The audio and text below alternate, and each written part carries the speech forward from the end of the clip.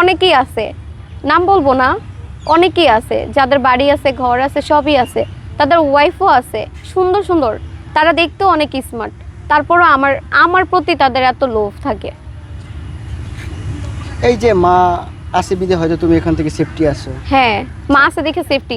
যেখানেই যেতেছি আমার আম্মু আমার সাথে যায়, যেখানেই যাব আমার আম্মু আমাকে, মানে আম্মু আমাকে একা ছাড়ে না, যে এই যুগটা ভালো না, অনেক মেয়ে ধর্ষণ হইতেছে, আমি তো প্রতিবন্ধী একটা মেয়ে, আমাকে একা পায়া কত কত ছেলে আছে কিছু একটা কইরাও বসতে পারে, আমি তো পারবো না দৌড়ায় কোথাও যাইতে, আমি তো পারবো না কোনোভাবে আশ্রয় নিতে, এই জন্য আমার আম্মু আমাকে একা ছাড়ে না। যেই মা তোমাকে তোমার ভাইকে প্রতিবন্ধী রাখা সত্ত্বেও সে বিয়ে করলো না, এই মাকে নিয়ে তোমার কি বলার আছে?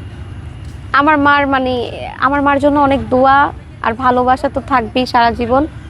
আমার মাথার চুল পরিমাণ হায়ার জন্য আমার মাকে আল্লাহ দান করে, প্রয়োজনে আমাকে নিয়ে যাক আল্লাহ, তারপরে আমার মাকে যেন আমার আগে না নেয়, আমি এটা সহ্য করতে পারবো না। যারা মাকে ভালোবাসে না, অবহেলা লাঞ্ছনা স্বীকার করে, তাদের উদ্দেশ্যে কি বলার আছে?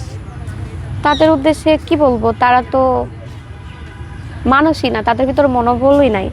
যে মা হচ্ছে নিজে না খাইয়া নিজে না পইরা সন্তানের জন্য কত কষ্ট করে সন্তানকে বড় করে, তাদের পুরোটা জীবনই শেষ করে দেয় তাদের সন্তানের পিছনে। ওই সন্তানগুলাই কি করে, একসময় বউ হলে কিংবা একসময় হাজবেন্ড হলে, মেয়েদের ক্ষেত্রে বা ছেলেদের ক্ষেত্রে, তাদের কথা শুই না তাদের মাকে অবহেলা করে, কিংবা আশ্রয় এতে নিয়ে দিয়ে আসে, কিংবা কোথাও নিয়ে দিয়ে আসে। প্রতিটা মোনাজাতে আমার আম্মু কান্না করে, আমি নিজ চোখে দেখি। কিংবা আমি যখন অসুস্থ হয়ে পড়ি তখন আমার আম্মু কান্নায় ভেঙে পড়ে, আমার আম্মু আল্লাহর কাছে দোয়া করে, মানত করে যে আমার মেয়ের যেন কিছু না হয়, আমার মেয়েটা যেন বেঁচে থাকে, এইভাবে আমার আম্মু আল্লাহর কাছে বলে। মার কথা বলাতে তোমার চোখটা, মনটা একটু কেমন হয়ে গেছে, চোখটাও আসলে কেমন করছে মার হ্যাঁ, কথা শুনলে? আসলে আমার মা ছাড়াই পৃথিবীতে কেউ নাই, আর আমাকে বোঝার মতো আমার মা ছাড়াই কেউ নাই। আমার মা যদি মারা যায় আমি এলোমেলো হয়ে যাবো, আমাকে দেখার মতো কেউ থাকবে না, বোঝার মতো কেউ থাকবে না, মা ছাড়া আমি একদম অচল। আর আমার মায়ের মতন কেউ হবে না, মা মাই হয়, মার মতন কেউ হয় না। মা তো তোমাকে না খাওয়াইয়া খাওয়ায়।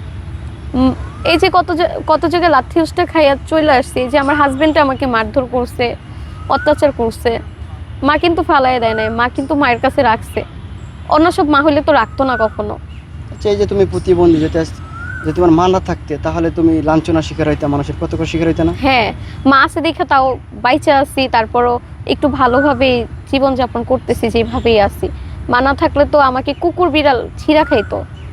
মানুষ তো মানুষ না, এখন সবাই, কিছু মানুষ তো জানোয়ার রূপ নেয়, মানে এলাকার বা যে কোনো জায়গারই ছেলে পেলের কথা বলতেছি, সব ছেলে পেলে এক না, কিছু কিছু ছেলেরা আছে আমার দেহের প্রতি অনেক লোভ করে, তারা হচ্ছে চায় যে আমাকে একদিন হলেও ভোগ করবে, কিন্তু আমি তো ওই টাইপের মেয়ে না, এই জন্য তারা ওই প্রশ্রয় পায় না, এই জন্য আমার শত্রু হয়ে থাকে তারা। তাদের মনের মধ্যে থাকে যে আমার কখন কোন ক্ষতি করবে, কিংবা আমার নামে কোন দুর্নাম করবে, মানে আমি যেন তাদের কাছে বাধ্য হয়ে যাই, এরকম আর কি। কিছু কিছু লাইফে থাকে, এরকম ঘটনা ঘটে।